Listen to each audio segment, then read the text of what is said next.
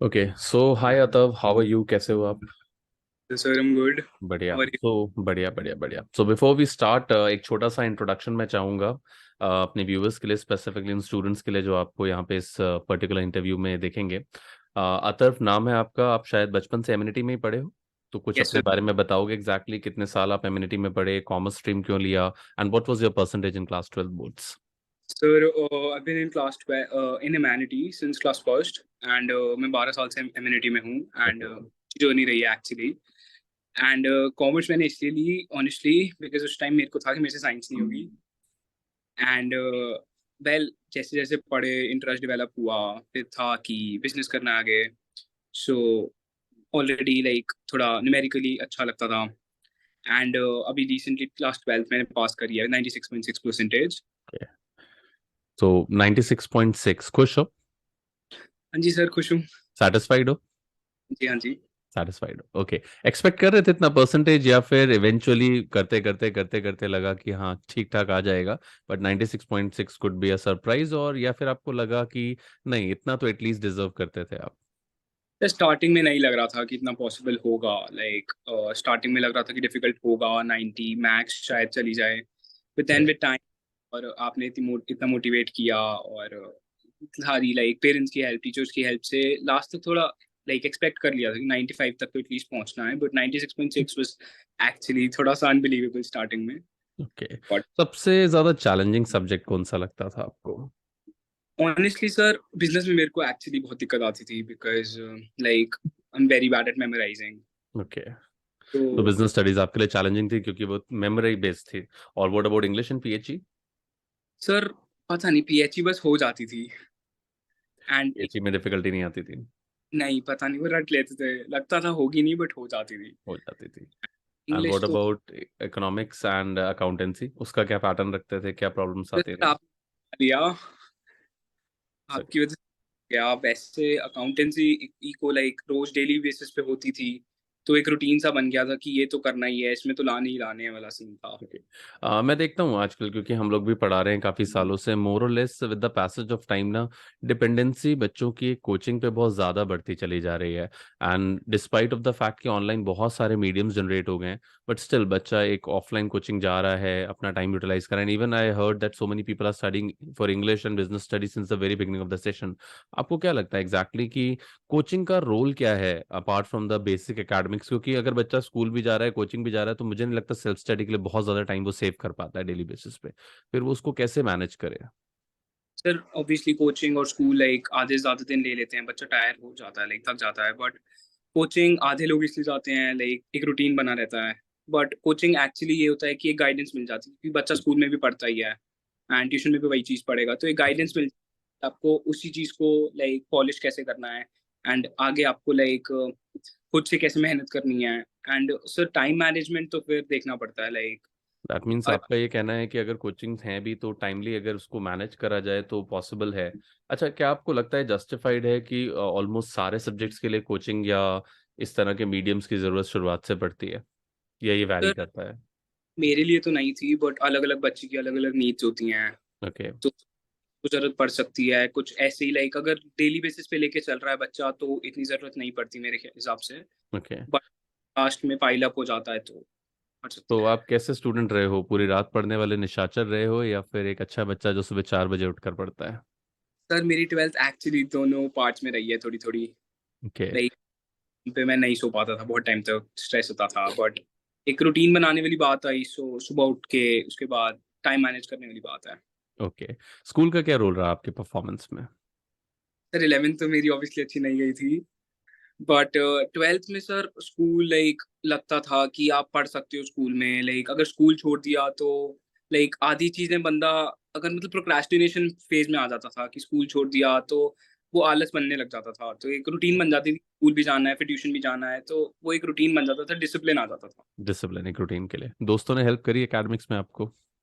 Sir actually करी है, like बहुत जगह नहीं हो पाती थी चीज़ें एंड बहुत बार सर टीचर्स बिजी होते हैं और हर हमेशा टीचर्स हेल्प आउट नहीं कर पाते क्योंकि बहुत सारे बच्चे होते हैं एक टीचर के पास, और बहुत बार शर्माता भी है बच्चा, मैं स्टार्टिंग में होता था मेरे साथ 11th में, तो थे मेरे फ्रेंड्स थे लाइक जिनसे मैं पूछ लेता था, जो एक्चुअली मेरे से स्मार्टर थे, तो वो हेल्प आउट कर देते थे।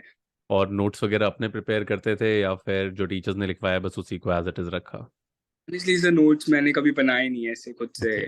बहुत रहता था, आपके नोट्स चल जाते थे, वरना सिर्फ मैं बुक रीडिंग करता था। बुक रीडिंग से चल जाते हैं। बुक्स की अगर हम बात करें, मार्केट में आजकल अबंडेंस में स्टडी मटेरियल अवेलेबल है, इंटरनेट से लेकर ऑफलाइन मीडिया में।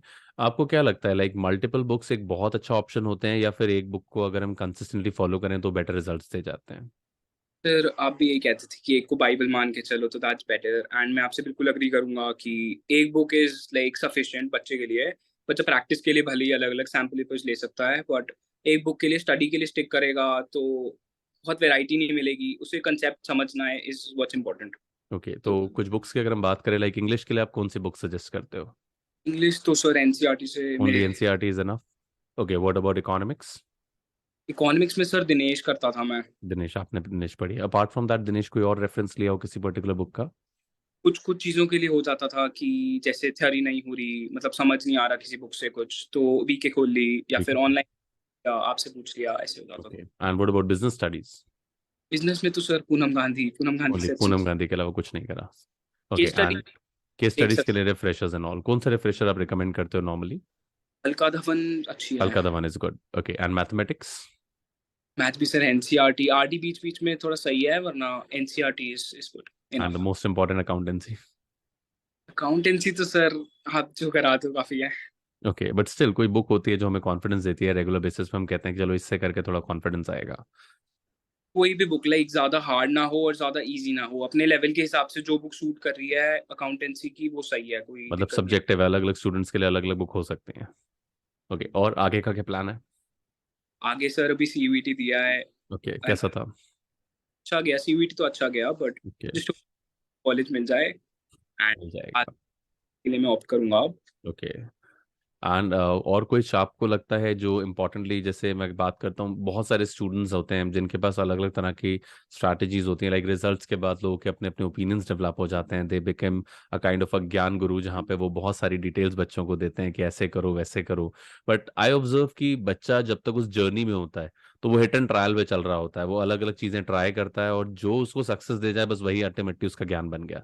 तो आपको क्या लगता है, आपने कुछ हिट एंड ट्रायल करा है ड्यूरिंग द ईयर? आपको लगा चलो ऐसे करके देखते हैं, ये होगा तो ठीक है, वरना फिर कुछ बदल के देखेंगे, ऐसा कुछ स्ट्रैटेजी या कोई टेक्टिक्स आपने अडॉप्ट करी हो?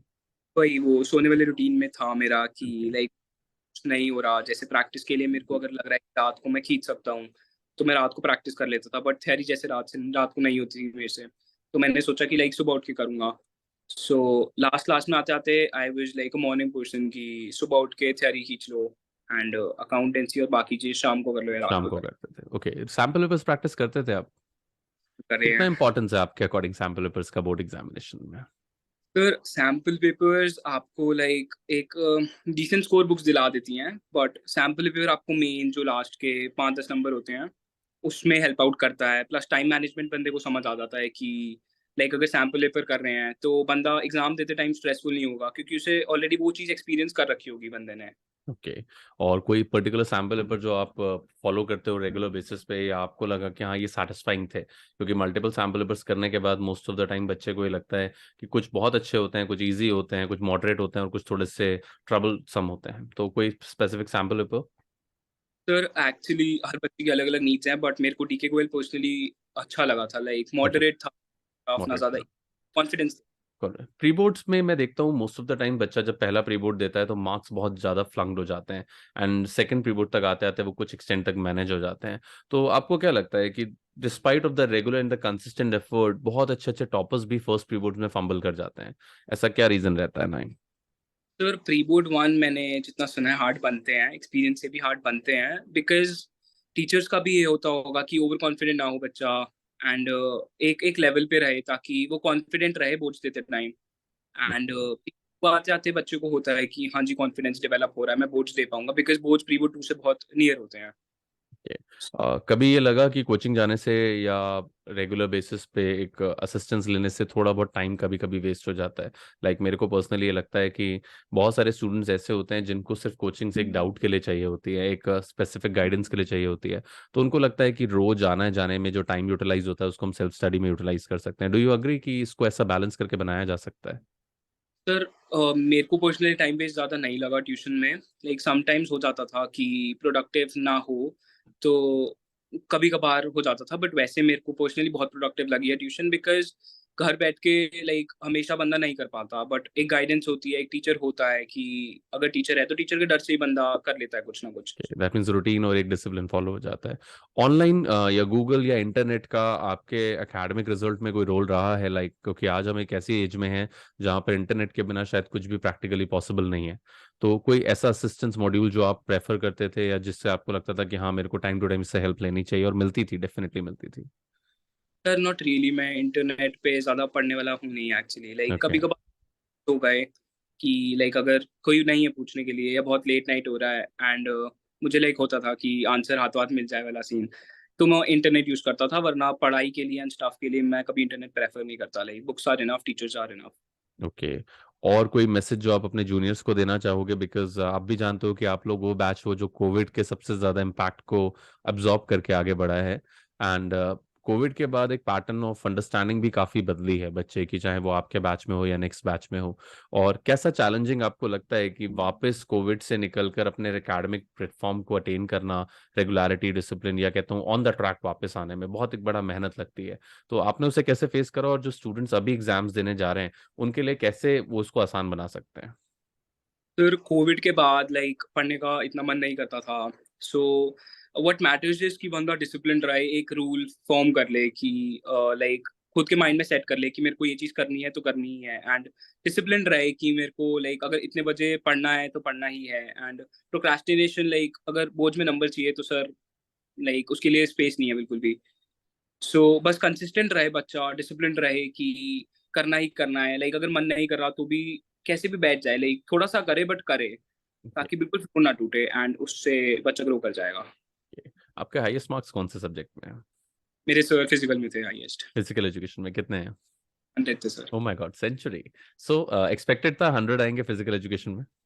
सर पूरे साल इतनी पढ़ी नहीं फिजिकल एजुकेशन, तो पूरे साल नहीं लगा, but board actually like board का पेपर वाज इजी, तो पेपर देने के बाद आई थॉट कि शायद 100 आ जाएं, बट इतना कॉन्फिडेंस नहीं था पेपर के बाद कि लाइक आई कुड गारंटी कि 100 आएंगे ही आएंगे। मैं देखता हूँ, मतलब हमारी सराउंडिंग में बहुत सारे ऐसे लोग होते हैं जो शायद बोर्ड रिजल्ट्स के बाद या किसी भी लाइफ में सक्सेस के बाद बोलते हैं he is an overnight star, या she is an overnight star, ये तो रातों रात सक्सेस मिल गई just because of the luck और समथिंग। तो मैं लगता है कि बोर्ड रिजल्ट्स कोई लक से निकल कर आता है या एक ओवरनाइट प्रैक्टिस से निकल कर आता है? Not really sir, I mean boards बहुत कुछ डिमांड करता है। बोर्ड बच्चे को एक्चुअली लाइक ग्रो करता है, लाइक डेवलप होता है बच्चा पूरे साल। एंड बोर्ड सर बहुत ज़्यादा मेहनत मांगता है। लाइक अगर बच्चा एक महीने पहले बिल्कुल स्टार्टिंग से कोर्स उठा रहा है, तो वो बहुत ज़्यादा एम नहीं कर सकता, बिकॉज कंसेप्ट क्लियर नहीं होंगे। एंड पूरे साल एक मेहनत होती है बच्चे की, बंदा बच्चा कंसिस्टेंट रहता है, तो बोर्ड एक्चुअली थोड़ा ज़्यादा डिमांड करता है, एंड ओवरनाइट मेरे ख्याल से तो नहीं हो सकता सर। और लक का रोल, लाइक कुछ तो लोग ये भी कहते हैं कि बोर्ड एग्जामिनेशन में परफॉर्मेंस लक है, किस्मत है। Do you believe in that? Sir I believe कि 4 to 5% लक हो सकता है, बट 95% आपकी खुद की मेहनत होती है, and hard work is what page of. तो ओके। और इसके अलावा कोई स्पेसिफिक जो आप करते हो और आपको लगता है शायद दूसरे स्टूडेंट्स को फॉलो करना चाहिए, like if you talk about mathematics, तो आपके पास अकाउंट्स के साथ मैथमेटिक्स है, एंड दोनों ही न्यूमेरिकल सब्जेक्ट टाइम टेकिंग होते हैं, तो most of the time teachers recommend करते हैं बच्चों को कि मैथ्स को आप अवॉइड करो and focus more on accountancy and other subjects, क्योंकि मैथ्स शायद बहुत ज्यादा स्कोरिंग नहीं रहता। तो आपका क्या ओपिनियन है इस चीज को लेकर कि स्टूडेंट्स को मैथ्स पे भी उतना ही टाइम देना चाहिए या दे should just quit and move on to the other subjects? Sir थोड़ा टाइम स्टार्टिंग में देना चाहिए, एंड अगर गट फीलिंग आ रही है कि हो जाएगा, हम खींच लेंगे, तो उसे साथ साथ कंटिन्यू करना चाहिए। लाइक अगर उसे लग रहा है कि पूरे टाइम उसका मैनेज हो रहा है एंड साथ में वो एक आध घंटा मैथ्स के लिए भी निकाल सकता है, तो उसे ऑब्वियसली परस्यू करना चाहिए। बट बंदे को अंदर से नहीं लग रहा कि मैं मैथ्स खींच पाऊंगा, सो उसे बिल्कुल ड्रॉप ऑफ करना चाहिए, because accountancy is like a major subject class 12th में, एंड मैथ्स एक ऑप्शनल सब्जेक्ट हो जाता है, तो मैथ्स ड्रॉप करना would be a good choice अगर बंदे से नहीं हो रही तो। अगर नहीं हो पाता, बट अगर डेवलप हो रहा है, क्यूमन है, तो कर सकता है उसे। हाँ जी सर, आ, अगर है कि लाने ही लाने हैं एंड अगर उसे लग रहा है कि मैं खींच सकता हूँ, तो करना चाहिए। ओके।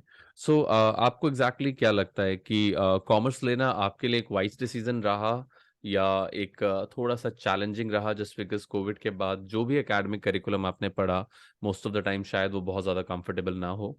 तो कैसा था आपका decision? Do you just like satisfied और जस्ट ओके ओके श्योर? हाँ ठीक था, इट वाज क्वाइट गुड। नहीं sir, I was satisfied because 11th में मैंने एक्चुअली 2-3 दिन के लिए साइंस ऑप्ट करी थी, बिकॉज आगे मेरे को फ्यूचर के लिए कुछ लगा कि science would be a good stream, but मेरे को पता था मेरे से नहीं होगी। सो आई वाज सैटिस्फाइड कि मैंने कॉमर्स ली है, एंड आई फाउंड लाइक थोड़े relative subjects, the subjects I actually understand. And Covid के बाद सर हर स्ट्रीम के बच्चे को थोड़ी बहुत तो डिफिकल्टीज फेस करनी पड़ती हैं, तो धीरे धीरे बच्चा इवॉल्व कर जाता है, and consistency is what matters, I say it again. And बच्चा लाइक रिग्रेट नहीं करना चाहिए एक्चुअली, लाइक आगे फ्यूचर को डिसाइड हो जाता है, but I did not regret taking hand commerce. Writing कैसी थी आपकी? सर ठीक ठाक थी, लास्ट में आके मेरे को लगा थोड़ी अच्छी थी, पर ओके। आप बोला कि अच्छी और हो सकती है, सो हैंड राइटिंग का कोई रोल बोर्ड एग्जामिनेशन की परफॉर्मेंस में? सर आई गेस है, बिकॉज बहुत बच्चे लाइक अगर बहुत गंदी राइटिंग होती है, सो सर हमारा पढ़ने का मन नहीं करता, एंड टीचर्स को कॉपीज चेक करनी होती है बहुत सारी, तो सर टीचर का भी ऑब्वियसली नहीं करेगा पढ़ने का मन। सो हैंड राइटिंग एक्चुअली बोर्ड में बहुत एक बड़ा रोल डिसाइडिंग फैक्टर है। हाँ जी, बहुत तो यू कुड से दैट कि अगर अच्छी हैंड राइटिंग है तो कुछ परसेंटेज चांसेस हैं कि आपका performance special in theory subjects में आगे बढ़ सकता है। Okay, so that was a great session अतव विद यू। आपके आई होप इन सारे चीज़ों को सुनकर हमारे स्टूडेंट्स जो हैं वो एनकरेज होंगे, मोटिवेट होंगे, and I really wish all the best for your future endeavours. I hope 3 4 5 साल के बाद हम आपसे दोबारा मिलें और कुछ ऐसा करो आप लाइफ में जिससे हम आपको सर कह के बुलाएं, so that will be happy and proud for you. Thank you so much अतव, thank you for this session. Thank